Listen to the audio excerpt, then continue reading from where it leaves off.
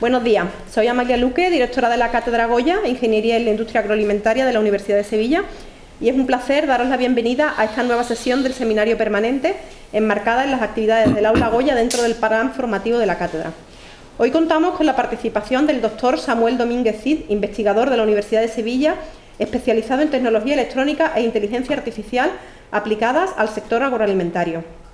Samuel es doctor por la Universidad de Sevilla y desarrolló su tesis doctoral en el ámbito de la agricultura de precisión, empleando sensores avanzados, visión hiperespectral e inteligencia artificial para la mejora del cultivo de la aceituna de mesa. Su trabajo destaca por integrar innovación tecnológica, análisis de datos y transferencia del conocimiento al sector productivo, especialmente en el campo de la sensorización y la caracterización de productos agrícolas. En esta ocasión nos presentará la conferencia titulada Caracterización de aceite de oliva mediante inteligencia artificial y fuentes de datos espectrales, donde abordará el uso de tecnologías de adquisición espectral y modelos de inteligencia artificial para avanzar en el análisis, clasificación y control de calidad del aceite de oliva, un área de enorme relevancia científica y tecnológica. Samuel, muchas gracias por acompañarnos hoy, cuando quieras. Muchas gracias, Amalia, por la invitación y por esa tan extensa y presentación. Entonces, buenos días, buenos días a todos todavía. Y como comentaba Amalia, actualmente yo he terminado mi tesis sobre el análisis de la aceituna de mesa y uno de los retos que se planteaba era continuar ese análisis con el aceite de oliva, es decir, con la misma tecnología hiperespectral que estábamos utilizando, llevarla a otro producto derivado de la aceituna. En este caso analizábamos en la tesis aceituna de mesa, pasar al aceite de oliva. Entonces, esto es un trabajo que ahora mismo está activo, de hecho pertenece o entra dentro de uno de los premios, creo que se llamaba, de la Cátedra Goya, en el cual estamos participando, con un sensor espectral para realizar espectrometría de líquidos para esa caracterización del aceite. Entonces, estos resultados que estoy comentando aquí es de un trabajo que todavía está activo y todavía no se ha finalizado, porque todavía este proyecto está activo hasta que finaliza el mes que viene. Los modelos que presento ahora son los resultados que hemos estado obteniendo de ese primer análisis, de esa primera adquisición de datos, y es lo que hoy les vengo a presentar. Así que si tienen alguna propuesta de mejora, pues soy todo oído. Luego en ese debate o en ese espacio de tiempo que se abre para las dudas, ¿vale? Así que sin más dilación voy a comenzar. En primer lugar voy a introducirlo, si no estáis tan familiarizados con la inteligencia artificial, voy a presentarles una metodología de análisis de cómo se ha de abordar los problemas que se resuelven con inteligencia artificial, es decir, las diferentes etapas que nosotros nos planteamos y cómo creamos esa solución al problema, desde la definición del problema hasta la evaluación de los resultados. Luego, un paso bastante importante que es en el que vamos a estar el 90% del tiempo en un proyecto de inteligencia artificial es la preparación de datos. Vamos a estar recogiendo datos o con un catálogo de datos que hayan tomado por nosotros para analizar esa información y luego tener un modelo el cual nos dé la información. Y en esta fase es donde estaremos la mayor parte del tiempo en un proyecto de inteligencia artificial. Luego iremos sobre esa tabla. Después continuaremos y os presentaré diferentes arquitecturas de modelos, ¿vale? Modelos que hemos estado evaluando, desde modelos más sencillos de un punto de vista Machine Learning clásico, técnicas ampliamente conocidas, hasta modelos que actualmente son el estado del arte en cuanto a computación y que utilizan los grandes modelos de lenguaje, como seguro que habéis conocido a ChatGPT, ¿vale? Por último, los resultados que estamos obteniendo con una primera aproximación muy sencilla. Hemos empezado con modelos de Machine Learning, buscando el análisis de dónde está la información crítica y poder obtener mayor información. Hasta ahora queremos una baseline para poder comparar, un modelo base, uno de referencia, en el que luego poder comparar con mejores iteraciones de modelo. Buscamos una metodología ágil en la que vamos desarrollando soluciones e incrementando la complejidad de la solución y mejorando los resultados, pero siempre buscando un resultado mínimo de propuesta de ese modelo. Y bueno, ya luego las propuestas que actualmente estamos desarrollando, que han salido a raíz de esta primera aproximación que les vengo a presentar. Así que sin más dilación, vamos a empezar ya con la introducción. Y si analizamos el ciclo de vida de un proyecto de inteligencia artificial, lo primero que tenemos que analizar es el problema.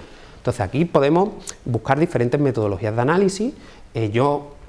Simplemente por simplificar la tarea, me voy a centrar en una 4W question, en el cual, mediante 4 preguntas, determinaremos cuál es el problema o qué es el objeto de interés del problema, quiénes son los stakeholders o aquellos entes que toman parte o forman parte o están relacionados con ese proyecto, dónde es de interés su aplicación o si depende de la región, tiene un mayor interés o menos, y por qué se ha de tomar esa solución. En este caso vamos a centrarnos, voy a hablar genéricamente de la aceituna y del aceite de oliva, ¿vale? Luego, gestión de datos, como adelantaba antes. Los datos, ¿de dónde provienen? ¿Los generamos nosotros? Si los generamos nosotros, entra dentro toda una metodología de toma y adquisición de datos. Si tenemos que... Esos datos, una vez que ya los tenemos, hay que analizarlos, hay que procesarlos, hay que estudiar dónde está la información. Se ven variables, no se encuentran diferencias entre la información que tenemos, eso es muy importante, iremos sobre ello. Continuamos, igual que en el índice, diseñamos el modelo que queremos, qué arquitectura vamos a utilizar, cómo realizamos el entrenamiento. Existen diferentes formas de que un modelo converja, dependiendo del objetivo. Si buscamos modelos de Si buscamos modelos de regresión o modelos de clasificación, es decir, queremos clasificar en una categoría o queremos predecir o estimar un valor numérico. Eso nos determinará todo el entrenamiento y la función objetivo de nuestro modelo. Y por último, evaluamos, es decir, debemos definir una serie de métricas en el cual nos validen los resultados del modelo. Empezando por ese primer análisis del problema, primero, ¿qué es el objeto de interés? En este caso, la aceituna. Esa aceituna tiene 2 utilidades principales. Se puede utilizar para aderezo, utilizarla como aceituna de mesa, o bien como aceite de oliva. Las utilidades actuales, también se podría utilizar como aceites, antiguamente se utilizaba como aceite como un combustible para iluminar o para quemar, pero actualmente son los 2 usos principales. ¿Por qué es importante? Bueno, si atendemos a la producción y a la demanda de la aceituna, según estuve buscando en estudios, hay un mercado potencial de 14,64 miles de millones de dólares en 2023.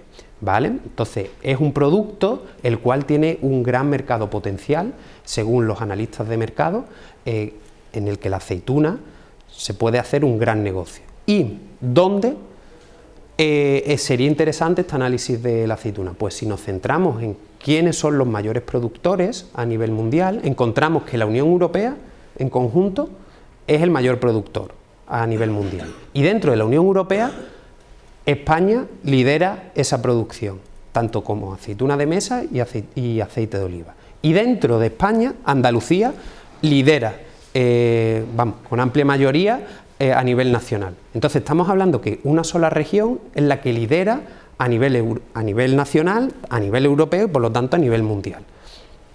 En el caso, si ya nos centramos en el caso de provincias, Sevilla lidera en aceituna de mesa y Jaén y Córdoba lideran en aceite de oliva. Por lo tanto, estamos encontrando que ciertas provincias o ciertas regiones tienen una gran parte del Producto Interior Bruto regional o autonómico en agricultura. Por lo tanto, es esa justificación de aplicar tecnología, de aumentar el rendimiento, aumentar la ganancia que tienen los agricultores para ser competitivos y no perder esa ventaja competitiva que tenemos en esta comunidad de Andalucía. ¿Y quiénes serían los interesados? Pues si analizamos quiénes estarían interesados, los propios agricultores que llevan su cosecha a esas cooperativas o almazaras, en el caso de aceituna de mesa o aceite de oliva, las propias cooperativas y almazaras para aplicar tecnología y poder discernir si están siendo víctimas de algún engaño o de algún... Incluso podríamos ver técnicas para mejorar y evitar la degradación de aceites o de aceitunas de mesa también, por ejemplo, conteo de aceitunas, detección de moradas en línea y que automáticamente eliminen si se cuelan aceitunas moradas. Hay tecnologías ya y cooperativas que ya implementan tecnologías similares.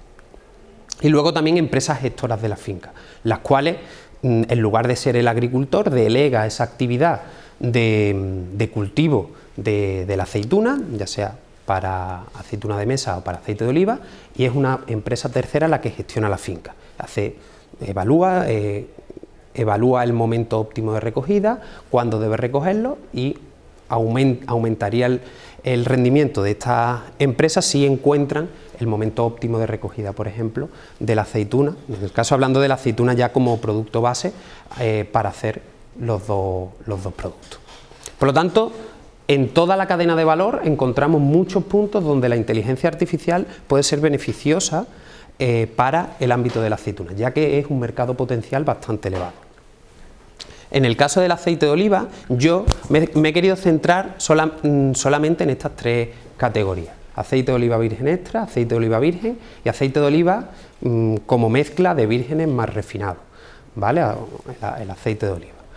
En el cual la idea de clasificar entre estos tres tipos de aceite era para poder discernir si se encuentran adulteraciones en las mezclas que tenemos, y hay un mal etiquetado en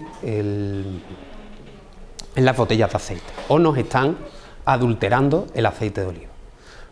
Por lo tanto, actualmente, según la normativa, existen unos descriptores, tanto físico-químicos como sensoriales, para detectar esa calidad del aceite y poder clasificarlos de acuerdo a un reglamento europeo. Ese reglamento establece muchas más categorías que no están siendo cubiertas aquí, dado que nosotros, al final, el objetivo que teníamos nosotros en mente era: tenemos un dispositivo que queremos fabricar con un espectrómetro, ¿vale?, y utilizar la tecnología espectral para poder discernir esas categorías de aceite. Primero categorías y luego buscar esa adulteración. Por eso nos vamos a centrar en las tres más comunes que tenemos en el mercado. Como extensión del proyecto se podrían valorar otro tipo de aceite. Para ello necesitamos las muestras, que es lo que muchas veces encontramos dificultades, encontrar esas muestras para tenerlas. Estas tres muestras las podemos conseguir fácilmente, ya que son muestras comerciales. Vale, una vez que ya conocemos el objetivo, es decir, esa clasificación en las tres categorías, o principalmente en las dos más extremas, y sabemos por qué es importante el producto, qué tipo de datos vamos a utilizar y qué tipos de datos son necesarios. Vamos a esa preparación. Aquí tenemos dos variantes. En primer lugar, ¿tenemos los datos? ¿O tenemos ya los datos preparados o tenemos nosotros que generar los datos? Esa es la primera cuestión que nos tenemos que hacer en un proyecto de inteligencia artificial. ¿Hay datos? Si no hay datos, no tenemos proyectos de inteligencia artificial, porque son modelos que van dirigidos por datos, y la calidad de esos datos determinarán el resultado del modelo. Si nuestros datos no son de calidad, el resultado que dará el modelo no va a ser de calidad. Entonces, si tenemos datos, si los datos son propios y tenemos la fuente que nos puede generar los datos, tenemos que hacer un estudio de cómo generar esos datos. Es decir, debemos definir una metodología de adquisición de datos. Tenemos que definir, vale, tengo, en nuestro caso, ¿no? En nuestro caso, y que vengo a comentar, son datos propios. Nosotros tenemos un sensor espectral, el cual adquiere información, iré luego con el proceso que utiliza, con el cual adquirimos información. Tenemos que evitar ciertos problemas para que no nos añada ruido o información espuria. Debemos definir cuándo es importante realizar el muestreo. Por ejemplo, pongo un ejemplo. En el caso del aceite, si yo expongo el aceite al sol y quiero ver la degradación del propio aceite en el tiempo, ¿con qué periodicidad he de hacer el análisis? ¿Lo tengo que hacer cada minuto? Pues parece que cada minuto no vas a tener mucha granularidad, pero va a ser muy tedioso y no te aportará tanta información. Hay que definir ese periodo que nos aporte la mayor información. Probablemente o buscamos análisis que ya hayan hecho ese estudio de cuándo tienen que hacer el análisis, o por inspección tendremos que ir variando ese tiempo para extraer la información. ¿Qué formato de datos? Es decir, en este caso usamos datos espectrales, pero podemos utilizar imágenes. ¿Utilizamos imágenes? ¿Son imágenes o son datos tabulares? Todo esto en un proyecto de inteligencia artificial es importante. Vamos a utilizar un modelo de detección de objetos y vamos a tener binding boxes identificando a los objetos o no. Todo eso determinará luego las entradas del modelo y qué tipo de modelo vamos a utilizar. ¿Será vídeo o no será vídeo? En fin, eso es muy importante para el modelo. Luego también cómo vamos a almacenar la información, es decir, si dividimos, si queremos almacenar en base de datos, si vamos a utilizar un sistema Big Data, todo eso habrá que desarrollarlo como previamente al modelo. Esto es solamente la gestión de datos y generar los catálogos de datos, y esta parte es vital, porque correrá también de nuestra cuenta a la hora de realizar el modelo completo. Bueno, luego tenemos riesgos y problemas que podemos tener a la hora de generar los datos, como variables no controladas, que la temperatura, si hacemos análisis y pasan estaciones, ahora por ejemplo hace más frío que si estuviésemos haciendo los análisis en verano. Si nosotros centramos todo el análisis en verano y queremos validar en invierno, ¿nos afecta la temperatura exterior del ambiente o no nos afecta? Puede ser un riesgo que nuestro modelo no funcione correctamente en estas condiciones.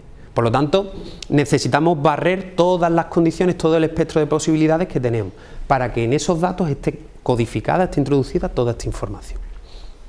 Y si ya tenemos el conjunto de datos, en principio no es nuestro problema, ya nos han tenido que dar todos esos datos con toda esa información. El problema está en que normalmente estos conjuntos de datos que nos facilitan no contienen toda esa información. Entonces tenemos un problema de análisis de datos, en el cual tenemos que estar procesando la información, buscar reglas entre los conjuntos de datos que tenemos, si hay valores que son espurios, si son valores que no son estadísticamente significativos, y tenemos que analizar y comprender qué información es la que tenemos y en qué momentos, instantes y en qué condiciones se han tomado. En este caso nosotros vamos a utilizar tecnología hiperespectral, tecnología que se basa en la respuesta de la luz con la materia, en el cual, si analizamos esa interacción que tienen los haces de luz con la materia, tenemos diferentes tipos de interacciones. En primer lugar, tenemos un fenómeno de absorción, en la que el objeto directamente absorbe el objeto. Otro fenómeno de reflexión o reflectancia, en el que el haz de luz incide y la refleja. Se puede quedar a nivel superficial o puede entrar en el propio objeto, en las capas superficiales, y salir rebotado. O puede traspasar directamente el objeto, puede ser transmitida a través de ese objeto, y también puede haber variaciones, la parte difusa, puede haber variaciones en el interior y también ser transmitida, porque también acabe pasando. Al final son tres partes, una reflejada, una absorbida y la otra es transmitida a través del objeto, por simplificar los fenómenos. A partir de esas tres partes, ¿no?, la reflejada, absorbida y transmitida, existen dos tipos de variantes. En este caso, esta fue mi tesis, en la que aquí estaba tomando una muestra de control en el laboratorio, en el que usaba una cámara hiperespectral portable y una fuente de luz controlada, ¿vale?, con un rango de luz que entraba dentro del rango de la cámara para poder tener información en todas las longitudes de onda. Entonces, aquí tenemos el haz de luz que incide directamente sobre la superficie de los objetos y parte de ella es reflejada hasta el sensor, en este caso una cámara, en este caso sería una cámara, tenemos una imagen como fuente de datos, no tendríamos una firma espectral, que muchos sensores espectrales es lo que la información que nos permite. Y esta sería la otra variante. Aquí está el primer prototipo que realizamos, barra idea conceptual, que estamos desarrollando que estamos desarrollando para el aceite, en el que hemos integrado un espectrómetro con un sistema de procesamiento de datos basado en computador dentro, y mediante diferentes cubetas donde añadimos la sustancia que queremos analizar, utilizamos ese espectrómetro para evaluar toda la luz que transmite ese líquido, y así podemos estudiar qué parte absorbe el líquido y qué parte es reflejada. Ahora iremos a los datos que obtenemos. Entonces, en base a ese mecanismo hay una ley que es ampliamente utilizada en los espectrofotrómetros, sobre todo en la parte de biología, en la que ven las concentraciones que tienen en disoluciones. Esto es ampliamente utilizado en la parte en el ámbito de biología, bioquímica, biomedicina o biotecnología también, en el cual analizan en una disolución aquella parte de concentración que tienen con un soluto en el cual diluyen. Analizan cómo sería la sustancia solamente con la disolución, o sea, la base de la disolución, y luego con los componentes que quieren estudiar. Así ven qué parte absorbe esas componentes, ese soluto que añaden en la disolución, y cuál es la respuesta base. Al final están viendo la luz transmitida por ese objeto respecto a la base. Si yo aquí no pongo la disolución, pongo solo la sustancia base y luego añado la disolución, puedo comparar y poder evaluar qué parte de la energía de la luz, qué parte del haz, en qué bandas del espectro toma la información. Y a partir de la ley de Lambert-Beer, en este caso, en estos ámbitos, si queremos saber la concentración que tenemos de esa disolución, podemos determinarla. En este caso era un ejemplo para que veáis que esta tecnología se utiliza, sobre todo en ese ámbito se utiliza bastante para determinar esas concentraciones.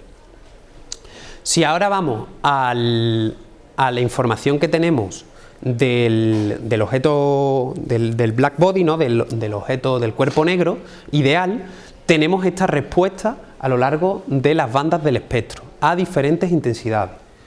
¿Vale? Aquí tenemos la respuesta que tenemos y como vemos, aquí tenemos las longitudes de onda micrómetros. Si yo normalmente utilizo nanómetros, ¿vale? Aquí simplemente de referencia. Esto está sacado, vamos, directamente una imagen de la propia Wikipedia, en el cual podemos ver dónde en las bandas visibles donde más respuesta tenemos, y luego en las bandas ya del infrarrojo cercano hay una disminución. En el ultravioleta también tenemos cómo se va reduciendo. Esta sería la respuesta que tendríamos de la luz solar. Habría unos fenómenos que se pierde la información a través de la atmósfera y de las nubes. Si hay nubes hay un filtrado y se pierde información.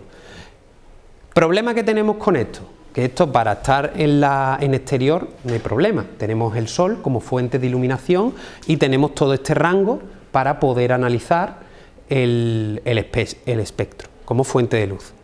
Pero si queremos hacer ese dispositivo, ¿vale? Ya os comento una problemática del dispositivo, ¿qué fuente de luz usamos?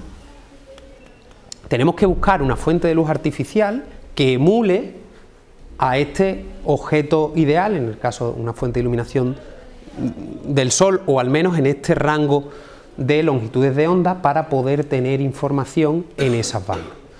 Entonces, buscando información, encontramos las lámparas de tungsteno, de halógeno tungsteno, en la cual nos podemos observar cómo se compara la información, la irradiancia que tenemos del Sol para las diferentes longitudes de onda, y luego la lámpara de halógeno tungsteno para diferentes intensidades, para diferente color, ¿vale?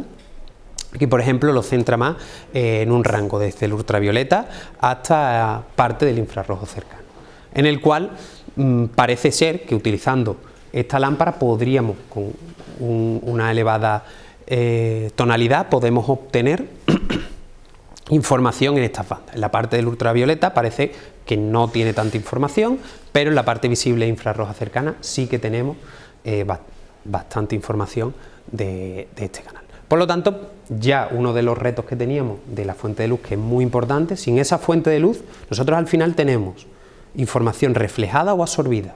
pero necesitamos un elemento que emita en esas longitudes de onda. Por ello, nosotros buscamos esta solución para hacerla, para obtener esa información de manera artificial.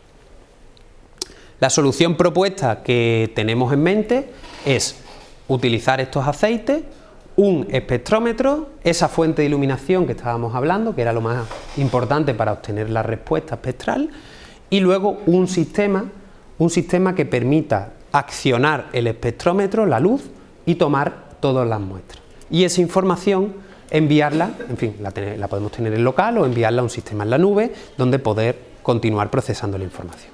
De forma que tengamos un técnico que nos haga los análisis y podamos ver en remoto o en nuestro sistema de bases de datos dónde se está almacenando y podamos generar esos catálogos de datos simultáneamente. Al mismo tiempo, este espectrómetro que nosotros estábamos concibiendo, una vez que se ha utilizado para la generación de datos, también se puede utilizar para insertarle un modelo de inteligencia artificial o llamar a los modelos que tenemos en nube, si son modelos más pesados, para obtener una respuesta si queremos validar in situ y clasificar el tipo de aceite o detectar adulteraciones. De forma que tendríamos nuestro espectrómetro, analizaríamos la muestra, si tenemos los modelos porque son de gran tamaño, en la nube se necesita una conexión vía internet, nos conectaríamos a la nube, obtendríamos la respuesta del modelo y nos saldría en una interfaz o mediante notificación, ya depende de cómo dialogar. Actualmente estamos trabajando en local y buscamos modelos que sean sencillos para trabajar en local, para posteriormente añadir un paso más complejo. Los modelos que traigo hoy, aunque traigo propuestas de modelos más pesados, serán para ejecutar en el borde, para hacer un edge computing, ¿vale? Entonces, como comentaba, tenemos este espectrómetro. Al final me la podría haber bajado, tengo otra impresión que hemos realizado que es menos llamativa, la tengo allí en el despacho, luego en la disertación me acerco en un momento y os la puedo enseñar, en el cual añadimos esas cubetas con el aceite, las insertamos por la ranura que buscamos que no acceda luz incidente exterior.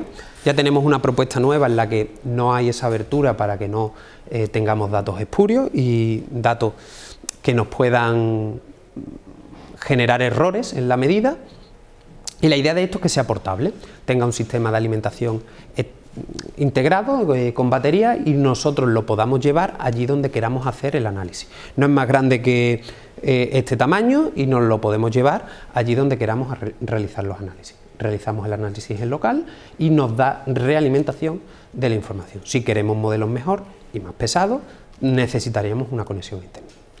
Esa es la idea del proyecto. Por ahora estamos en esa parte en local, todavía la parte en nube estamos desarrollándola.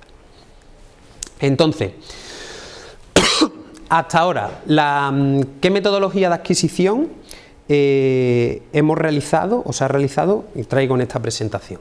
Pues hemos sacado 400 firmas espectrales de aceite de oliva, nos hemos ido a las clases más alejadas, para primero evaluar si con los modelos nosotros podemos clasificar y podemos resolver este problema. Entonces, aceite de oliva, mezcla de refinados con aceite de oliva virgen y aceite de oliva virgen extra, hemos tomado 400 firmas de estas dos clases y hemos generado todas esas firmas.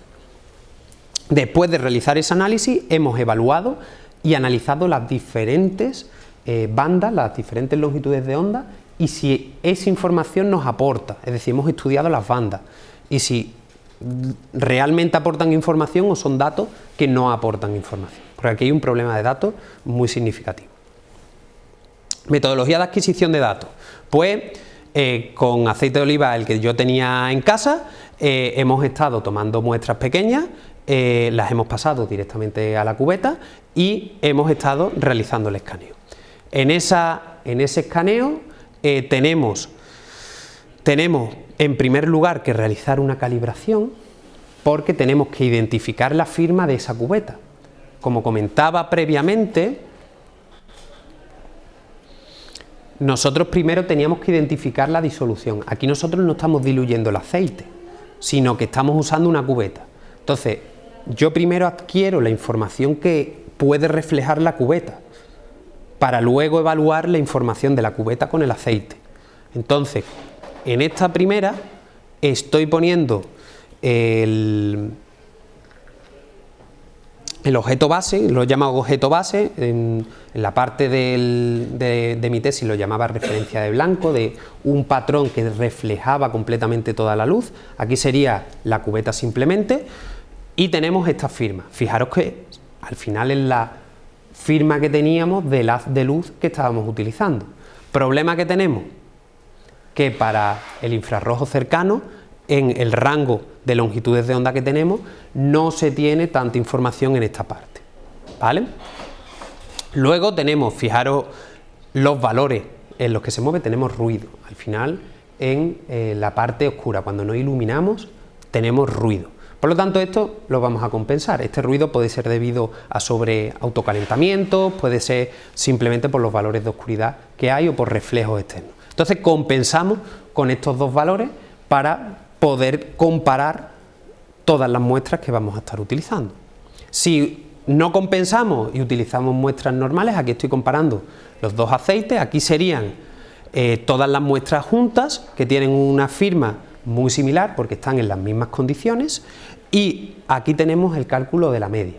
Ya aquí se observan algunas diferencias, pero esto pueden ser diferencias influenciadas a la hora de calcular la media o bajo las mismas condiciones. Habría que tomar diferentes muestras, que es lo que he realizado. Que esto es solamente una parte, no son todas las muestras, porque entonces no se vería correctamente, vamos, se vería con mucha dificultad. Entonces aquí ya observamos cierta información. Aquí no he puesto longitudes de onda, solamente puntos, como una muestra de interés. Pero hay que ver si esto es estadísticamente representativo. Por eso he hecho una nueva representación, se conoce como cajas y bigotes, en el cual representamos la mediana, aunque creo que no se observa el color. Aquí tenemos la mediana y los cuartiles de variación que tenemos de todas las muestras. Lo primero que se observa es que tenemos una gran dispersión de datos. Entonces esto nos puede incluir mucho error en los modelos de inteligencia artificial. Al final el modelo va a comparar toda la información que tenemos en cada una de las bandas que le vamos a pasar, de esas longitudes de onda, y en función de esos valores o la combinación de valores nos va a determinar si es aceite de oliva virgen extra o si es aceite de oliva. Si se observa una gran variación, podemos tener errores, ya que el valor que tenemos en esta parte puede limitar solamente la clasificación a este rango. Si obtenemos aceite de oliva que bajan el rango, podríamos encontrar errores. Si lo comparamos con el aceite de oliva, fijaros que las diferencias, si le vemos las dispersiones, ya no son tan significativas, porque se tienen datos, aunque se observan diferencias, hay valores que no se ve tan claro como se veía en la representación anterior. Por lo tanto, aquí podemos tener problemas al presentarlo a los modelos directamente, si le presentamos esta información. Como comentaba antes, teníamos esa referencia de blanco, esa referencia base y la referencia oscura, sin luz, para poder compensar, ¿vale? Bueno, aquí lo comentaba, en la referencia los datos brutos menos esa referencia de negro, hace una compensación con esa componente de blanco. También, como tenemos una gran dispersión, podemos buscar técnicas de normalización de los datos, buscar entre un máximo y un mínimo, por si se nos salen los valores con esa compensación, ya que puede pasar debido a concentraciones de luz debido al líquido cuando hace una refracción hacia el objeto. Y también podemos compensar, yo las dos técnicas que he evaluado hasta ahora son el máximo y el mínimo, y buscar el máximo y el mínimo para cada batch, cada conjunto de muestras que hemos realizado, por cada una de las bandas, por cada una de las longitudes de onda, ¿vale? Estas técnicas son de amplia utilización en el ámbito hiperespectral en el estado del arte. De hecho, recomiendan siempre valorar si aportan información o no aportan información. En teoría, si tenemos muchas entradas, la teoría nos dice que si tenemos muchas entradas, muchos valores diferentes, los modelos deben ajustarse e implementar estas funciones, ¿vale? Sobre todo los modelos basados en redes neuronales deben adaptarse para predecir estos valores. Si realizo la compensación, ya tenemos otro formato. Aquí ya le estoy restando, estoy restándole ese negro y dividiéndolo entre esa referencia de blanco y o sea, esa referencia base y la de negro.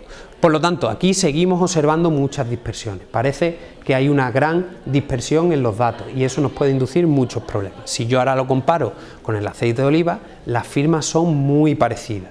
Parece que aquí hay un gran problema a la hora de discernir cuáles son las dos clases. Parece que aquí hay una diferencia, se puede observar una diferencia, pero si observáis los valores, hay casos en los que no es tan sencillo discernirlo. Por lo tanto, tenemos que seguir estudiando. Aquí solamente está hecho la compensación, hay que seguir estudiando diferentes técnicas. Si ahora utilizo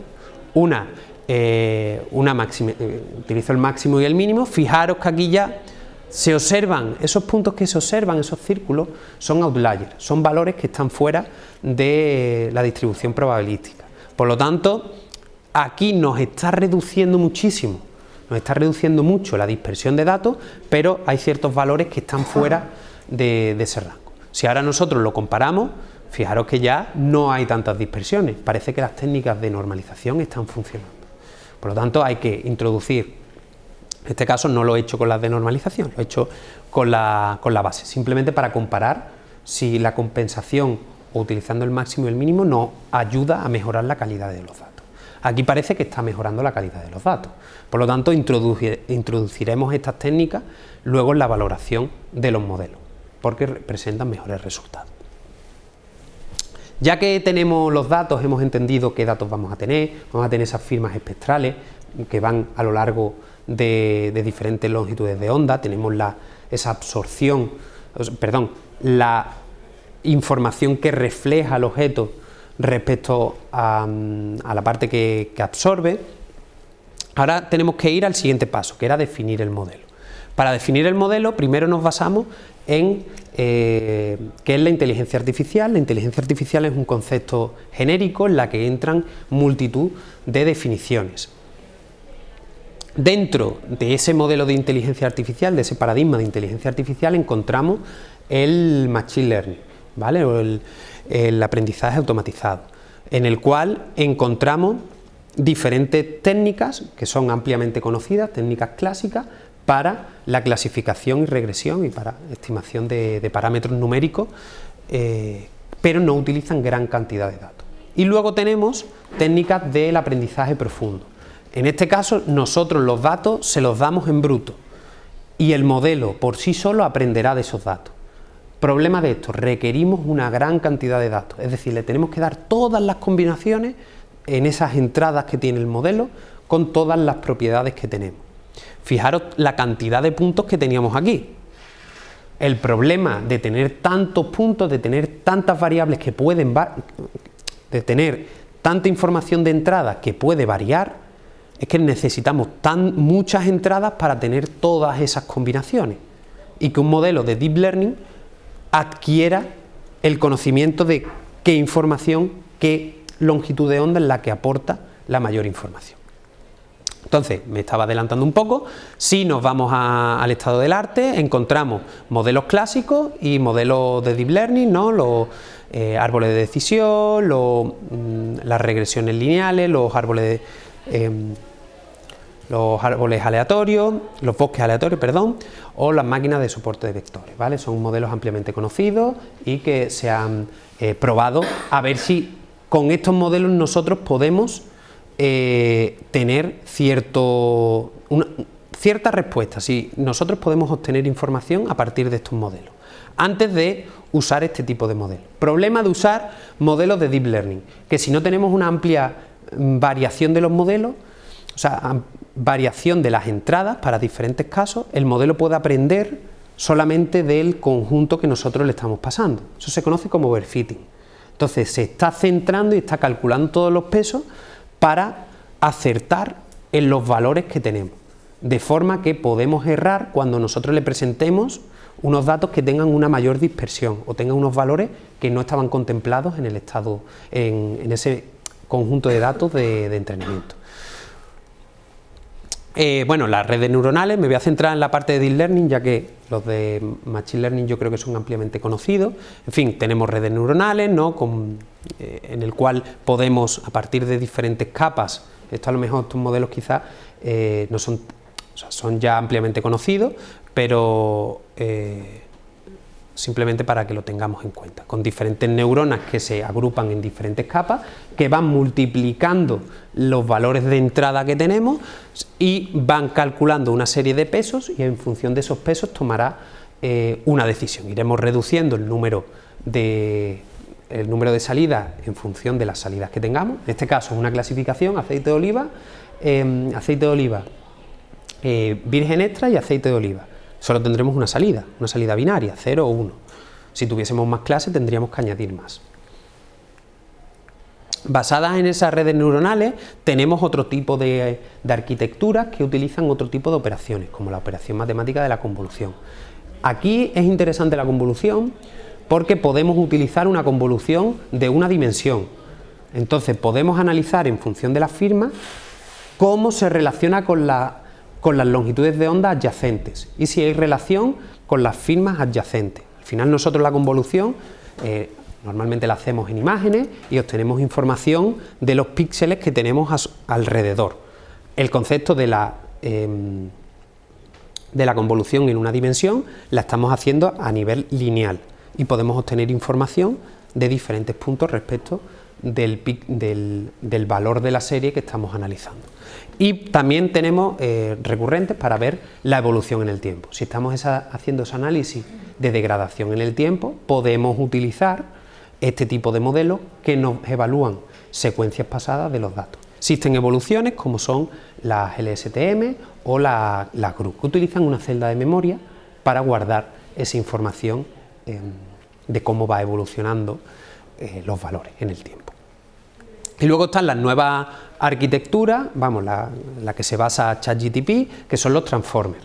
Esto es una arquitectura basada en un encoder-decoder, ¿vale? Tiene una capa que es la de encoder y una de decoder, la cual es recursiva, va generando un valor cada vez de la serie y en base a toda la secuencia que tenemos anterior y ese nuevo token, genera una nueva salida y puede ir generando token a token, o sea, un valor a valor de la secuencia, o puede generarlo con secuencias completas, puede generar también una secuencia, ¿vale? En esto, originalmente, este es el transformer original que se pensó para problemas de lenguaje, Natural Language Processing, es decir, le pasamos un texto, le pasamos una frase, irá evaluando la posición de las palabras y generará la primera palabra, y en base a toda la frase y la primera palabra generará la siguiente. Y así irá recursivamente a lo largo de toda la secuencia. Existen variaciones, tanto aplicado para imágenes como el Vision Transformer, o existen también alternativas para datos tabulares o series temporales. Vamos, ya actualmente esta arquitectura está ampliamente utilizada. Problema de esto, es muy pesada y lenta, tanto de entrenar como de ejecutar.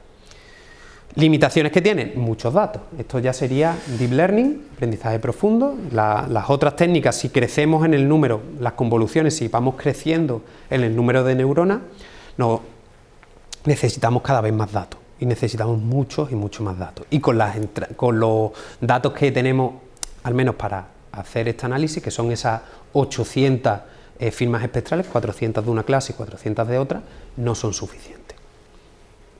Una vez que ya hemos seleccionado esa arquitectura, tenemos que definir cómo entrenamos a nuestro modelo. Entonces, aquí hay muchas formas de poder entrenarlo. Si nos vamos al Deep Learning, de cómo vamos actualizando, tenemos que definir primero esa función de loss, la función de pérdida, es decir, la función objetivo que yo quiero maximizar. Al final el modelo va a buscar una función objetivo y va a buscar maximizarla. Entonces, existen varias métricas si queremos analizar una regresión o si queremos buscar una clasificación. Utilizaremos una técnica u otra, eso es muy importante. Y luego también utilizaremos el optimizador para realizar esa función de optimización. Hay técnicas que nos permiten lidiar con ese overfitting y hay técnicas que no lidian tan bien con el overfitting, o si están los catálogos de datos están desbalanceados. Aquí el catálogo está balanceado porque lo hemos hecho nosotros, pero si tuviésemos menos información de una categoría, podríamos tener problemas, ya que se centraría solamente en una categoría. Por ejemplo, si tenemos el 80% de las muestras como aceite de oliva virgen extra y solo un 20% de aceite como aceite de oliva, el modelo puede dar un resultado del 80%, solo clasificando en la parte de su catálogo de datos. Entonces esto también es un problema en el que hay que lidiar con ese overfitting y de cómo le estamos presentando los datos. Y bueno, luego también la utilización, si vamos a utilizar GPU o no. Vale. Luego las métricas de evaluación.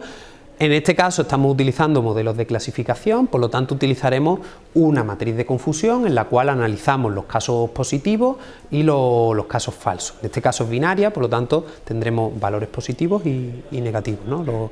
Los positivos y los negativos. Utilizaremos eso, la precisión, el accuracy o el F1 score. El F1 score tiene la ventaja que nos aporta información de si hay desbalanceo y es una mejor métrica para predecir cuando los catálogos de datos están desbalanceados. Al final el bucle de entrenamiento que tenemos, cogemos los conjuntos de datos, los hemos dividido una parte en entrenamiento y otra parte en validación, para que el modelo no vea esa información. Y con los datos de entrenamiento le aplicamos esa arquitectura que hemos seleccionado, le ajustamos los parámetros de entrenamiento y dejamos al modelo entrenar. Le vamos presentando las entradas, va viendo la salida y va esa función objetivo buscando la menor pérdida, es decir, que el error que comete sea lo menor posible con los datos que tiene.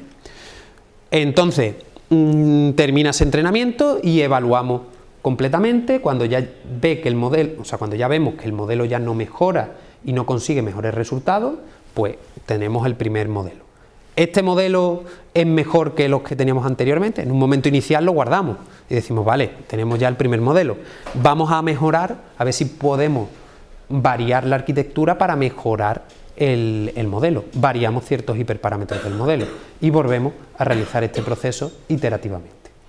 Existen librerías, por ejemplo, a la hora de programar en Python, por ejemplo, si queremos implementar esto, existen librerías que te permiten hacer este proceso automáticamente. Se pueden definir desde una grid, ¿no? Podemos definir unos rangos de esos hiperparámetros que vayan variando. Por ejemplo, número de neuronas, lo que hablaba antes, que había varias neuronas por cada capa, si queremos variar el número de neuronas. Si queremos variar el entrenamiento, eso lo podemos hacer, configurar e irá realizando entrenamientos variando estos parámetros automáticamente, de forma que no tenemos que ir manualmente. También podemos definirle funciones para que encuentre esa combinación de valores si le damos el rango de parámetros. Existen técnicas que nos permiten hacer eso automáticamente y no tenemos que estar nosotros lidiando con ese proceso. Luego ya que hemos terminado todo esto, los resultados que estamos obteniendo hasta ahora, problemas que nos hemos encontrado a la hora de utilizar los modelos. Tenemos que nuestro espectrómetro nos devuelve unas 3.600 puntos de información entre los rangos del 400 al 1100, de los 1100 nanómetros. Entonces tenemos, por cada firma hay 3.600 puntos y tenemos 800 firmas. Aquí ya hay un problema grande de base y es que tenemos muy pocas entradas para toda la información por entrada que tenemos. De forma que el modelo va a decir, vale, busco cuáles son las diferencias en estas 3.600 puntos de datos que tengo y para las 800 busco cuáles se corresponden. Pero si le presento un nuevo dato, no está generalizando el problema, está particularizando para esas 800, porque no hay suficiente número de entradas. Esto al final es un proceso en el que yo o el equipo tenemos que estar tomando nosotros los datos manualmente. Tenemos que tomar una muestra de aceite, tenemos que usar el espectrómetro, guardar la información que se vaya almacenando en nuestras bases de datos. Pero es un proceso en el que, como habéis podido ver, yo he hecho el aceite, utilizo una jeringa para pasarlo a la cubeta, realizamos el análisis y vamos adquiriendo esa información de manera manual. No es un proceso en el que vertemos el aceite, o todavía no lo tenemos automatizado, de verter el aceite y que haga un escaneo constante, una automatización de ese estilo. Por lo tanto, aquí vamos aumentando el número de datos, pero estamos en proceso de aumentarlo. Entonces, ante ese problema, vamos, si entrenáis los modelos, ahora os voy a enseñar los resultados que nos han salido, que son bastante malos. Tenemos que buscar o generar más datos, es decir, un data augmentation, utilizamos las dispersiones de datos que tenemos y generamos nuevos datos dentro de esas dispersiones, aplicándole variaciones, le introducimos un ruido y generamos nuevos datos. Eso está bien si queremos añadir un porcentaje, pero es que aquí habría que duplicar o triplicar el conjunto de datos, son más datos sintéticos que datos reales. Entonces, quizás estoy resolviendo un problema que no es el real. Por lo tanto, Data Augmentation soluciona una parte, pero no nos permite tener esa gran cantidad de datos. Tenemos que identificar cuáles son las bandas críticas o cuáles son aquellas bandas que tienen una mayor variación para quedarnos solamente con esas bandas. Fijaros que hasta ahora, aparte de la selección de esa parte de modelos, esto es todo análisis de datos. O sea, al final tenemos un problema de datos enorme. El modelo es establecer ese entrenamiento, hacer ese bucle y obtenemos el resultado. Cuando nosotros vemos ese análisis de banda, existen diferentes técnicas en el estado del arte. Como por ejemplo la permutación de la importancia de esos descriptores, ¿no?, de las entradas. En esta técnica nosotros entrenamos un modelo y nos va evaluando cuál de las entradas que tiene el modelo ha aportado la mayor información a la salida, de forma que podemos determinar en ese modelo concreto qué bandas, en este caso bandas, o qué descriptores, o qué feature, es la que más información aporta en la toma de decisiones, y podemos encontrar aquellas bandas que tengan la mayor información y reducir el conjunto de bandas. Esto es interesante en aquellas soluciones en las que tenemos un gran volumen de datos, pero el modelo está funcionando correctamente y queremos buscar una solución más pequeña, pero que no tenga ese elevado tamaño o ese tiempo de procesado de datos tan elevado. Aquí he probado esta alternativa y no presenta buenos resultados, ya que el modelo base no se está entrenando correctamente. Luego, analizamos las varianzas que tienen las diferentes longitudes de onda, buscando entre las dos clases cuál es la que tiene más varianza entre ambas. Aquellas que tengan más varianza nos pueden determinar cuáles son las longitudes de onda críticas. Problema que tenemos aquí, que como hay tantas dispersiones, nos está añadiendo ciertas bandas que no aportan tanta información. Y los modelos, aunque mejoran respecto a la base, no presentan tampoco mejores resultados. O sea, presenta un sistema aleatorio, alrededor de 50 y 60%. Entonces ya estamos mejorando, pero tenemos dificultad. Luego, también tenemos la utilización de relaciones lineales entre los datos. Vemos cuáles tienen relaciones lineales entre sí y podemos determinar cuáles de ellas son las que no son linealmente dependientes, y utilizamos solamente esa información para esas que son linealmente dependientes, generarlas a partir de estas que son, o sea, las que no son linealmente dependientes, generar las que son linealmente dependientes, de forma que podemos reducir el conjunto de datos. Esto también se ha probado, mejora al igual que el uso de ese umbral de la varianza en el que analizamos. Al final los resultados estaban entre un 50 y un 60%. Pero si utilizamos la eliminación de descriptores, de features, podemos observar cómo pasando por los diferentes descriptores vamos eliminando aquellas que tienen un score, que tienen una puntuación menor. Al final estamos entrenando por cada descriptor que tenemos, entrenamos un modelo y le eliminamos un descriptor y vamos bajando el conjunto de información hasta un conjunto de información mínimo. Primero quitamos uno, luego quitamos dos y vamos haciendo este proceso recursivamente hasta que nos quedamos con un número de descriptores mínimo, que es el que encuentra ese punto óptimo en el que va reduciendo. Si hacemos eso, y aquí represento una nube de datos, encontramos que de los 3.600 puntos, este análisis llegamos hasta 83 y con estos datos hemos obtenido un modelo muy bueno. Ahora os enseñaré los datos en bruto. Fijaros que aquí ya encontramos ciertas diferencias numéricas en ciertas bandas, otras no. Por ejemplo, aquí se observa una agrupación en la que hay otra agrupación aquí arriba. En toda esta parte y en toda esta parece que hay una dispersión. Estos datos han sido compensados y normalizados, de forma que los datos son prácticamente, están en unas mismas condiciones. Ya que estamos observando diferencias, si ahora entrenamos los modelos, ¿qué modelos hemos utilizado? Pues hemos utilizado modelos de Machine Learning, no hemos utilizado hasta ahora modelos de Deep Learning. En esta primera aproximación queremos ver si tras todo este procesado de datos obtenemos alguna información. Aquí hay cosas raras, como por ejemplo esto, ¿vale? ¿Qué pasa? Que cuando hemos hecho ese análisis hemos utilizado un modelo de Logistic Regressor, por lo tanto las bandas se han ajustado para que tengan esa precisión. Estos resultados son con los datos de test, es decir, son datos que no están dentro de los datos de validación, que no son esas firmas dentro de los datos de validación, y además se han hecho a un tiempo de integración diferente. Es decir, cuando nosotros lo introducimos en el espectrómetro, los parámetros propios del espectrómetro eran diferentes. Por lo tanto, nos garantizábamos así que las condiciones también eran diferentes, para que no se viera influenciada con el espectrómetro. Esto es un error de los propios datos, por lo tanto, esto no nos aporta mucha confianza este modelo, porque aquí se ha utilizado ese mismo para la reducción de esos descriptores. Aquí ocurre lo mismo, hemos utilizado esa técnica y nos está aportando toda la información. Aquí tenemos modelos que no están clasificando bien y no se han entrenado correctamente. Fijaros que nos salen errores menor del 50%, es decir, un sistema aleatorio funciona mejor. Entonces, esto tenemos errores. Aquí este modelo tampoco nos sirve. Tenemos un gran problema con los datos. Aquí nos ocurre lo mismo. De hecho, si utilizamos toda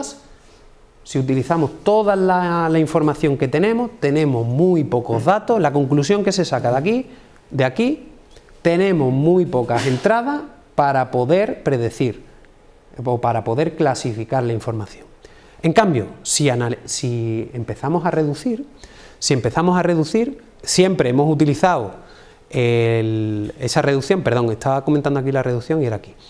Si hacemos esa reducción de banda y nos quedamos solamente con esos 83 canales, con esos 83 puntos de datos por cada entrada, observamos primero que el Logistic Regressor es 100% porque es el modelo con el que se ha reducido las bandas para maximizar su resultado. Por lo tanto, eso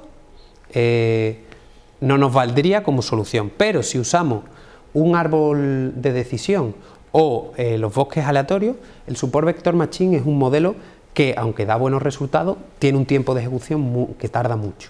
Por lo tanto, lo hemos descartado en este primer análisis, dado que cuando tú realizas el escaneo quieres un resultado que te lo dé no en el momento, pero que tarde milisegundos.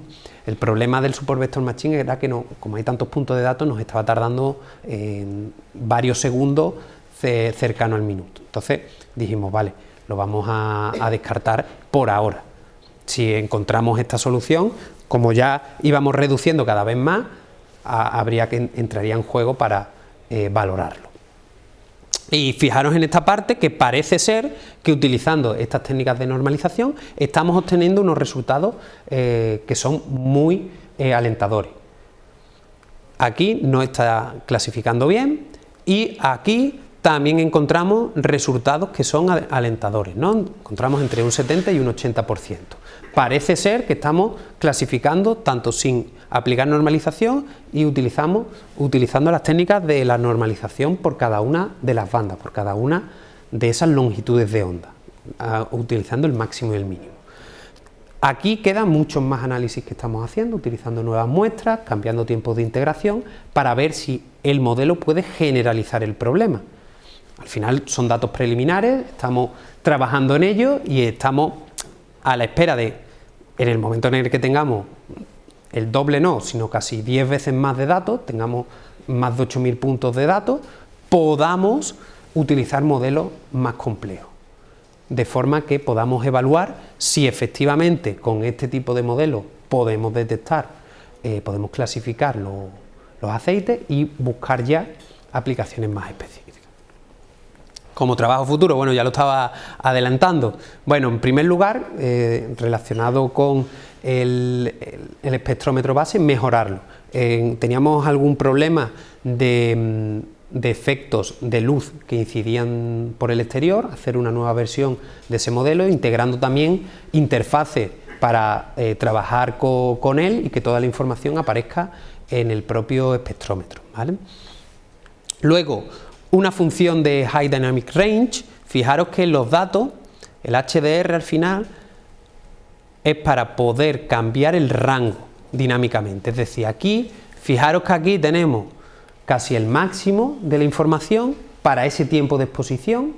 Es decir, yo tengo el sensor un tiempo y tengo la luz emitiendo durante un tiempo. Cuanto mayor sea ese tiempo, más componente de iluminación voy a tener, más reflectancia, absorbancia voy a tener en el sensor. En este rango de longitudes de onda tengo mucha información, pero en el otro tengo muy poca. Si yo ahora aumento el tiempo de integración, me aparecerá saturado, pero esta componente me aumentará.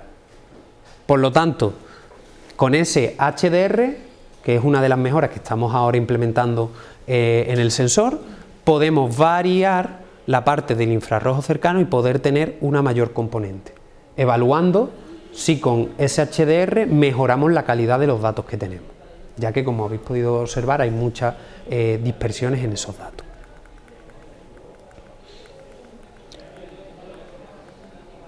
Luego, los modelos de Deep Learning que estaba adelantando antes, necesitamos generar muchos más datos. Esto al final es que ya digo que son resultados que van saliendo de un proyecto que está activo. Entonces, generar muchos más datos. Cuanto más análisis hagamos y más información tengamos, mejor resultado vamos a obtener y mejores modelos de aprendizaje profundo tengamos.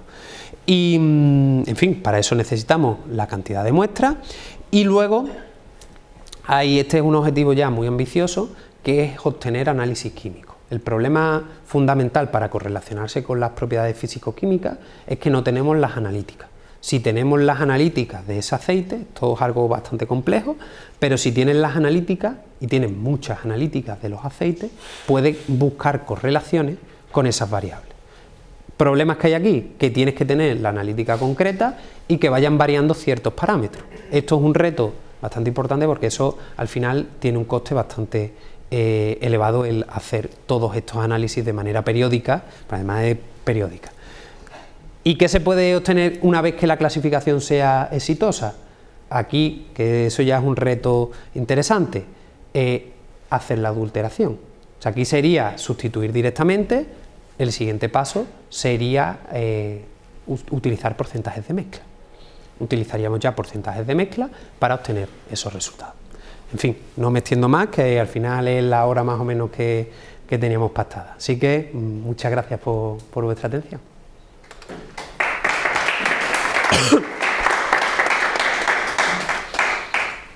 Muchas gracias. ¿Alguien tiene alguna pregunta? ¿Nada? Una pregunta yo hielo. Sí. Menciona varias veces el estado del arte y una vez la palabra automatización.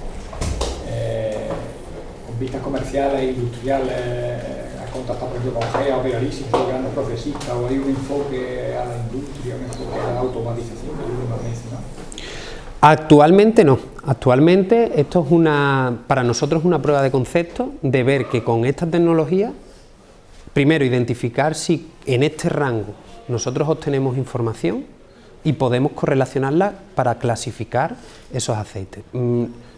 Yo, la verdad que analizando los datos me ha costado mucho poder llegar hasta este resultado, y esto es un resultado preliminar, que no sabemos si realmente se puede generalizar. En primer lugar, tenemos esa prueba de concepto en un TRL muy bajo para probar la idea. Si la idea vemos que va funcionando, es que se podría pensar lo que comentaba antes, una automatización para dispensar, al final es un dispensador de aceite, en el que se pueda pensar para una toma de datos automatizada. Actualmente no. Los batch antes, se puede hacer una toma de muestra cada X para. Pero tú mencionabas el tema de la industria, ¿no? De la utilidad que tenga esto en la calle, porque ingeniería de la industria agroalimentaria, o sea, es decir, qué aplicación real. Bueno, yo con GEA, que son los grandes procesistas, que yo no sé en qué punto GEA estaba buscando también esa. Porque ellos hacen mucho, ellos investigan mucho y.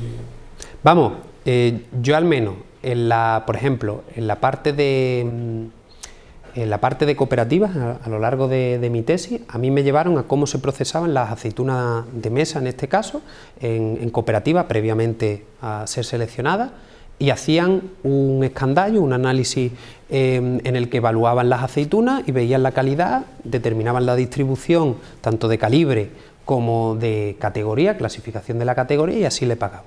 Y ahora tenían en la planta un sistema de visión artificial en la cual identificaban la aceituna, si era el color, exactamente, eso está totalmente resuelto. Entonces, mediante ese color pueden determinar, o sea, pueden descartar el producto o pasan ya el producto. Vale, aquí al final necesitan a un químico de referencia con el aceite para evaluar la calidad y que está dentro de normativa. Actualmente eso al final es por regulación, tú necesitas estar dentro si no estás cometiendo fraude. Esto sería un procedimiento de calidad que iría dentro del proceso. Al final, si tú tienes un sistema que va tomando muestras, similar al escandallo, va tomando muestras, te da una distribución y luego tú realizas el análisis químico y validas, o sea, tiene que haber un profesional que valide, pero tú puedes realizar ese similar al escandallo de las aceitunas, hacer ese escandallo con el aceite y obtener las distribuciones y ver si el aceite que tienes es de calidad o no. Esto también sería para verificar si hay esas adulteraciones o si cumplen normativa o no cumplen normativa los valores, si llegamos a ese grado de detección, ¿vale? Que es un trabajo, ya digo, activo actualmente, pero como prueba de concepto. También es interesante que hemos valorado, pero hemos estado primero con este hito antes de pasar a ese, ver la degradación del aceite. Si nosotros lo exponemos a altas temperaturas, incidencia de la luz solar, si podemos determinar la calidad de ese aceite por una mala conservación. Entonces, si el aceite a lo largo de la cadena se ha manipulado mal, se ha dejado al sol durante X tiempo, el aceite que yo estoy recibiendo no tiene la misma calidad que otro que me han dado. Entonces, ¿yo puedo garantizar la calidad de ese aceite?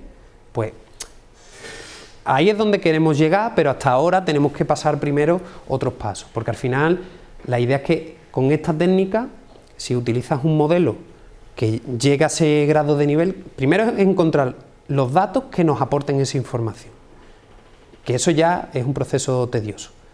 Y una vez que ya tenemos esos datos, que una persona que no sea experta, que no haga una analítica química, pueda determinar que ese aceite está adulterado, que ha sido mal manipulado, o sea, que no se ha manipulado correctamente.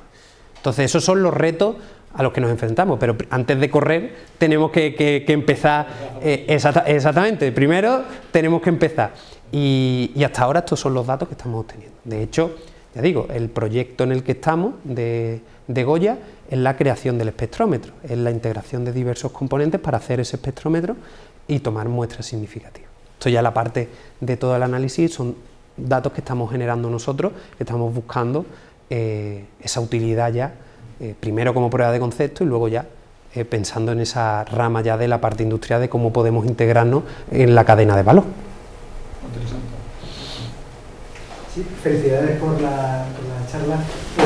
¿En cuánto dinero estimáis que puede estar el espectrofotómetro que vosotros proponéis? Vale, ahora mismo, sin una producción grande, actualmente está en menos de...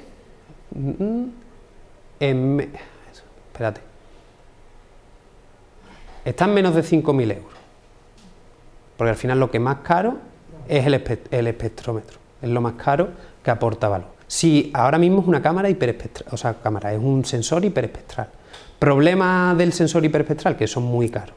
Si nosotros podemos centrar las bandas e identificar ciertas bandas y obtener modelos que nos den esas longitudes de onda que nos aporten la mayor información, podemos conseguir abaratar muchísimo los costes, porque ya nos vamos a sensores multiespectrales en esas bandas específicas y ya adquirimos la información. Eso sí, no vamos a tener tanta información, probablemente un sensor hiperespectral tenemos muchísima más información y podemos valorar cuáles son las bandas de interés, es decir, este dispositivo es un dispositivo genérico para cualquier tipo de aplicación de líquido, en este caso de uso aceite, pero luego tenemos que centrar el tiro, tenemos que buscar esas longitudes de onda. Entonces, actualmente menos de 5.000 euros, actualmente, pero a futuro es reducir ese precio si identificamos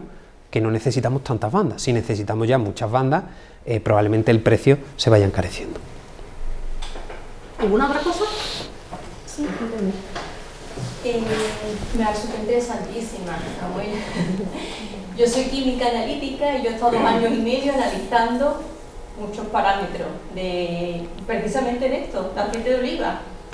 5.000 euros es una ridiculez, me parece reducir las técnicas de cromatografía de gases. Los equipos son mucho más costosos, disolventes orgánicos, con lo cual por eso me resultaba muy interesante asistir. Vamos, de hecho, el problema que tenemos nosotros es la analítica. Es el problema... Claro, el problema que tenemos nosotros es la analítica, que nosotros no tenemos esa correlación con las propiedades físico-químicas. Entonces... Podríamos hablar después porque... por eso, que nosotros... Y también me ha pasado, en mi tesis también me ha pasado algo similar. Vamos, en mi tesis no, sino en proyectos de investigación que hemos tenido, que nos han realizado, hemos contratado análisis, pero teníamos puntos discretos en el tiempo. Entonces tú no puedes ver, por ejemplo, buscábamos en ciertos análisis y teníamos muy poca dispersión de datos porque no teníamos los análisis a lo largo de una evolución en el tiempo. Entonces, la analítica, al menos para la parte de datos de modelos y de la parte de tecnología, nosotros nos encontramos esa problemática. Sí, porque además la analítica no es una analítica, es la composición de ácido graso, de estera, los delta K, los esteroles. Exactamente, por eso digo. Por lo cual esto si lo sacáis adelante va a ser... Claro, esa es la idea, problema, necesitamos obtener y seguir obteniendo muchos datos. La pregunta que yo tenía un par de preguntas. Una de ellas es por qué la radiación que habéis utilizado es visible infrarroja y no la ultravioleta. Porque uno de los parámetros que se suelen analizar precisamente, por ejemplo, lo que dice, el aceite una vez que se envasa se va estropeando con el tiempo. Y es el delta K, absorción a 232, 270 nanómetros en ultravioleta. Sí. Sin embargo, ¿no habéis utilizado esa radiación? No hemos utilizado eso por 2 motivos. Primero, porque el espectrómetro que ya disponíamos en el grupo de investigación era este que teníamos, era este dispositivo que iba en este rango. Sí. Y luego tenemos la fuente de iluminación. Tenemos que buscar una fuente de iluminación que estamos ahí. De hecho, como una mejora, yo ya tengo valorada, porque claro, dijimos, hay 2 parámetros aquí que nos pueden interesar mucho. O sea, al final estamos buscando una solución con elementos que estamos utilizando en el grupo de investigación y buscando una aplicación si podemos aportar valor en esa aplicación. Entonces, vamos a valorar si con este rango, que son, además, es bastante barato encontrar soluciones de este tipo, encontramos información. De hecho, una mejora que teníamos en mente era utilizar ese rango. Desde que ya de hecho tengo identificado un sensor entre los 200 nanómetros hasta los 400. Y es la parte que nos falta. Problema de esto. Exactamente. Entonces, problema, necesitamos una fuente lumínica también, comprar y hacer toda la electrónica asociada para integrar esa. Al final es una solución totalmente diferente. Nosotros así queríamos barrer con un sensor que ya disponíamos nosotros y que no teníamos tantas dificultades a la hora de adquirir, de integrar, ya lo teníamos en el grupo y queríamos utilizar este. Efectivamente, yo coincido y de hecho tengo una propuesta de compra en ese rango. Sí, y luego otra pregunta, ¿la cubeta que utilizáis de qué material? Estamos utilizando de dos, tenemos de cuarzo y de cristal. Son las dos, no llegamos al ultravioleta, nos quedamos en el infrarrojo y en el visible. Sí, el cuarto no es problema. Yo es que recuerdo cuando trabajaba yo en este análisis de aceite, esos parámetros utilizábamos cubetas de plástico porque eran desechables, pero claro, cubetas de plástico en esas regiones no... Efectivamente, el plástico, de hecho, teníamos una de plástico, pero teníamos problemas. Al final, claro, problema, que te quedan residuos en la cubeta. Claro, te quedan residuos en la cubeta. Sí, no, eso es... entonces, al final, para que no se contaminen las muestras, porque al final, sí, vas a utilizar un mismo aceite y puedes añadir algo de variabilidad, pero lo que bajo ningún concepto estamos contaminando.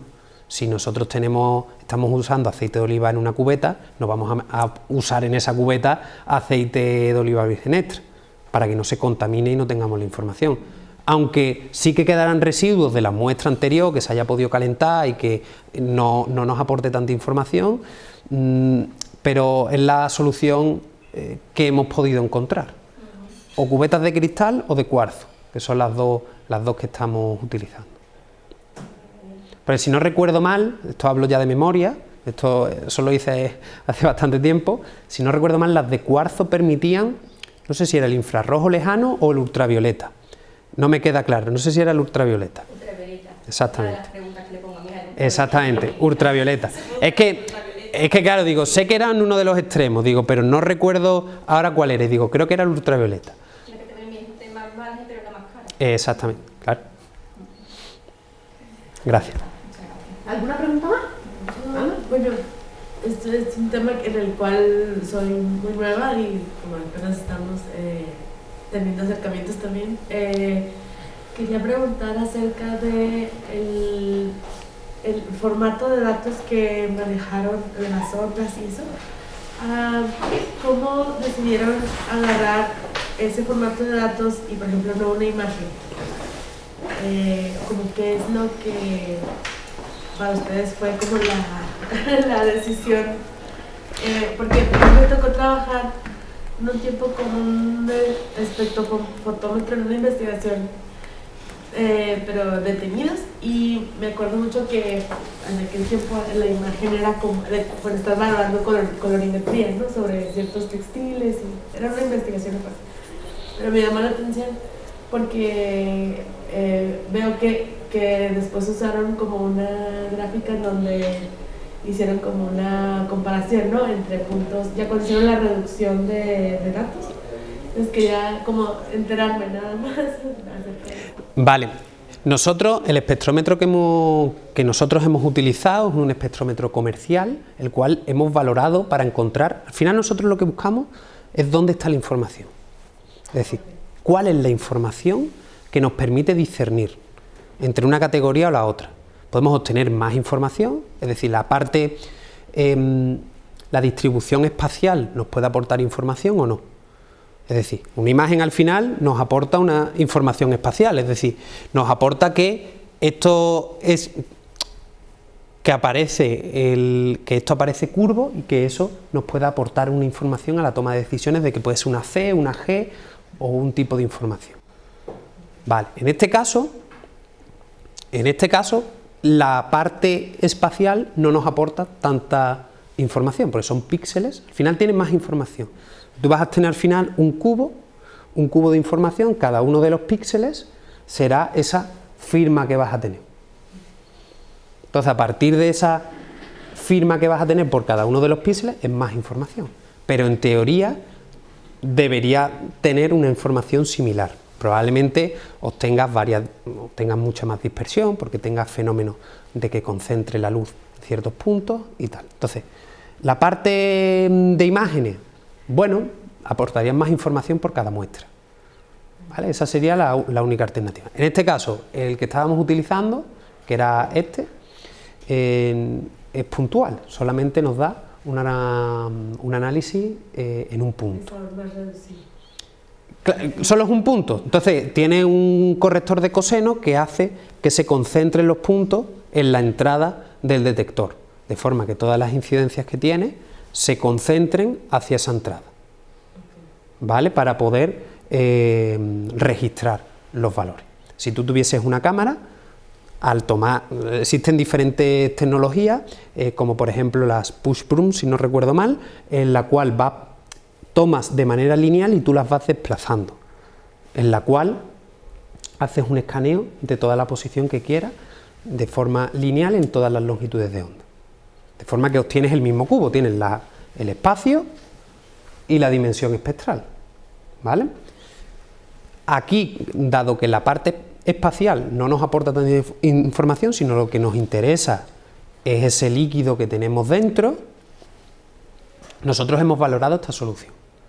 Una cámara con varios píxeles nos debería aportar una información similar, ¿vale? Gracias. ¿Alguna otra pregunta? No, bueno, y una más en cuestión de inteligencia artificial, ¿se ha planteado utilizar aumentar los datos de forma artificial? Eso es muy interesante. De hecho, a esa generación, modelos generativos para generar nueva información es algo que yo llevo dándole vueltas mucho tiempo, porque eso es algo fundamental. Problema de eso, que necesitas conocer el fenómeno. El mismo proceso de antes, una vez que tienes controlado el fenómeno, tú puedes generar nuevos datos que siguen esa misma distribución para todos los valores. Pero primero necesitas unos datos de partida, ¿vale? Al final, sí, existen aproximaciones que son muy interesantes, pero necesitas gran cantidad de datos, ¿no? Lo típico de modelos generativos, de partes del ruido y te generan el modelo y luego el paso hacia atrás. O tienes la información, generas ruido y luego el paso hacia atrás para recuperar la información, que es como se entrenan estos, bueno, esto es un tipo de modelo generativo. Entonces, eso es muy interesante y en toda la línea de investigación a mí me gustaría empezar con eso, pero son tantas cosas que es que no da, no, lo digo de verdad, o sea, son tantas cosas que llega un momento que no da tiempo, es que no da tiempo, te tienes que centrar en una parte, porque claro, un problema que yo he tenido aquí es me tengo que parar a estar haciendo los escaneos, es decir, me tengo que parar a coger aceite, separarlo en esto, y eso es un día, una jornada que no estoy dándole vuelta al coco en ese sentido de analizando los datos. Pelearme con los datos, eso es generar gráficas, ver cómo están los datos, analizar bandas, hacer correlaciones, sacar varianzas, al final está el 90% del tiempo ahí he estado con los datos. Entonces, el caso está que eso es muy interesante. De hecho, como propuesta es que es interesantísimo, porque puedes generar datos sintéticos que sigan el comportamiento real, pero necesitas los datos reales, porque si no, lo que comentaba antes, tú puedes generar nuevos datos, pero que no sean como en la realidad, que modeles solamente una parte, o sea, de todo el universo posible, genere solamente una categoría, ¿vale? Que digas, por ejemplo, de todo el universo conocido, solo está replicando el comportamiento de la Vía Láctea. O sea, una parte muy reducida de todo el universo de posibilidades. Entonces, es muy interesante, pero necesitas muchos datos. Aquí el problema es eso, automatizar, de que lo ideal sería que yo echo allí una garrafa de aceite de oliva virgen extra, eso empieza a sacar muestras y yo tengo allí un catálogo enorme de datos, pero no lo tengo que estar yo paso a paso analizando. ¿Alguna otra cosa? Muchas gracias. Yo tenía muchas gracias, Samuel, me ha parecido interesantísimo. Yo tenía dos dudas, me quedan, porque tenía muchas, pero algunas ya me las has contestado. Al principio de todo, creo, cuando mostraban los descriptores, que entiendo que vienen de la normativa, la acidez, los peróxidos, la absorbancia, hay uno que no conozco. Creo haber leído VK, a lo mejor yo me he equivocado. No, pero... VK, sí. Sí, no, pero esta es la variación. O sea, no es el V, es el vale, delta. que no es una V, el sí, sí, delta. sí. Vale, vale, ya. Es la variación, sí, sí. Vale, vale. Perdón, Entendido. eso No, al revés, sí, un error. Yo me estaba liando. Y la otra pregunta no tiene nada que ver. O sea que, pero estos no son los descriptores que nosotros usamos Sí, con sí. nuestros datos. Vale, vale. Sí, lo sé. Sobre los descriptores, otra pregunta. Te la has generado. Sí, ya se me ha ocurrido otra nueva. Oh. En las etiquetas del aceite de oliva no es necesario incluir ningún dato analítico, No. pero tú, en tu experiencia, opcionalmente en algunas etiquetas vienen algunos. ¿Es fácil encontrar? Yo he encontrado, de hecho, he encontrado una que te da la analítica. Una marca. Sí, y te da la analítica. Pero esa marca, no es, entiendo que si no lo estáis utilizando es porque no es suficientemente... Porque no tengo una dispersión. Claro, porque no tiene... Claro, porque es que al final, claro, debo comprar, o sea, por cada botella de aceite tiene trazabilidad del análisis químico. Entonces, de esa marca. sí. Sí. Entonces, te tienes que ir a botellas diferentes y comprar una botella y que además esa botella tenga no sea de del mismo lote. Claro. Vale, y la otra pregunta que tenía no tiene nada que ver. Creo que has dicho que en los modelos de Deep Learning hay problemas de overfitting. Sí.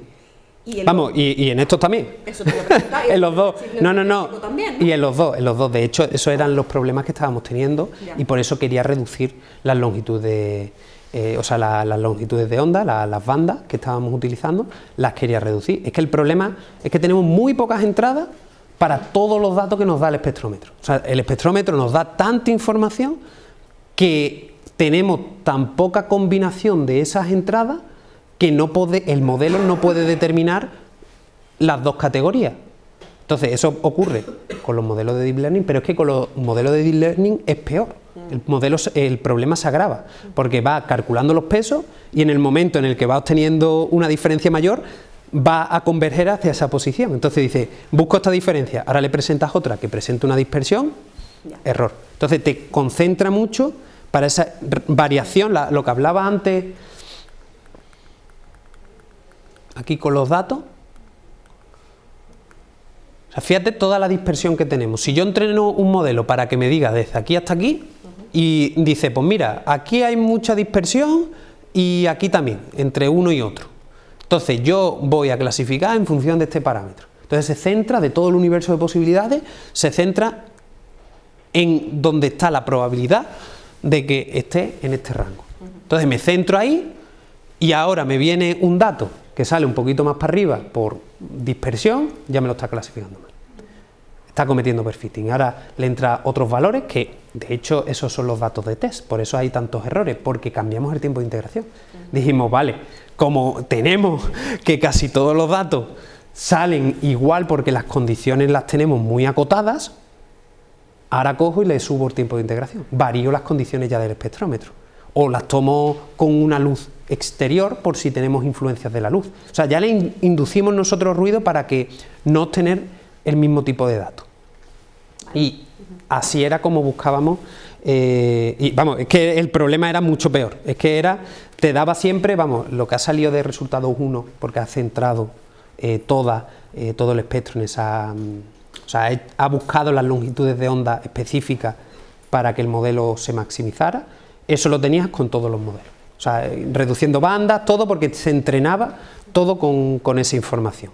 Entonces, al final es eliminar esa información que no podemos ahora mismo discernir.